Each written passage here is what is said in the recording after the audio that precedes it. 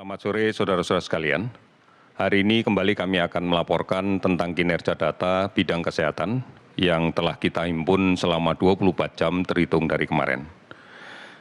Kita telah melaksanakan pemeriksaan spesimen untuk hari ini sebanyak 21.515 spesimen. Sehingga total spesimen yang telah kita periksa adalah menjadi 803.898 spesimen.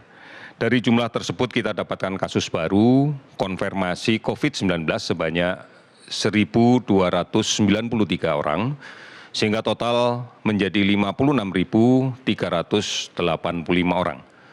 Kalau kita lihat sebaran kasus ini, yang pertama adalah bahwa Jawa Timur menambahkan kasus baru sebanyak 331 orang. Namun juga melaporkan 121 sembuh. Kemudian DKI Jakarta hari ini melaporkan 193 kasus baru dan 394 sembuh. Kemudian Jawa Tengah melaporkan 153 kasus baru dan 50 sembuh. Kalimantan Selatan melaporkan 106 kasus baru dengan 38 sembuh. Kemudian Sulawesi Selatan melaporkan 89 kasus baru dan 69 sembuh. 19 provinsi hari ini melaporkan kasus di bawah 10. Sementara ada 7 provinsi yang hari ini melaporkan tidak ada penambahan kasus baru. Di antaranya adalah Bangka Belitung, kemudian Bengkulu, Jambi, Kalimantan Barat, Kepulauan Riau, dan Nusa Tenggara Timur. Saudara-saudara, kasus sembuh kita sudah cukup banyak. Beberapa provinsi melaporkan kasus sembuh sudah lebih dari 80%. Di antaranya Nusa Tenggara Barat, 81,1% yang sembuh. Kemudian Kalimantan Timur, 73,7% sembuh. Yogyakarta, 85,3% kasus yang sembuh. Gorontalo 80,2% yang sembuh. Sulawesi Selatan 82,3% kasus yang sembuh. Kalimantan Utara 73,5% yang sembuh. Lampung 79,3% yang sembuh. Kemudian Sulawesi Barat 72,8% kasusnya sembuh.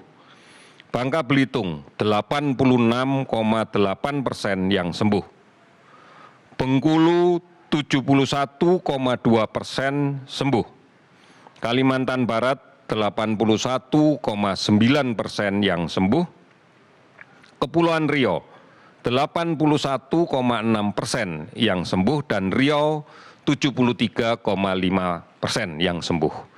Angka persentase sembuh global di tingkat dunia adalah 50,3%. Artinya begitu banyak provinsi kita yang sekarang mencapai angka kesembuhan di atas 80%. Total sembuh yang kita catat pada hari ini adalah 1.006 orang yang sembuh. Sehingga akumulasi sembuh adalah 24.806 orang. Sudah 449 kabupaten kota yang terdampak di 34 provinsi. Kita masih melakukan pemantauan terhadap 43.797 orang ODP dan kemudian dalam pengawasan 13.182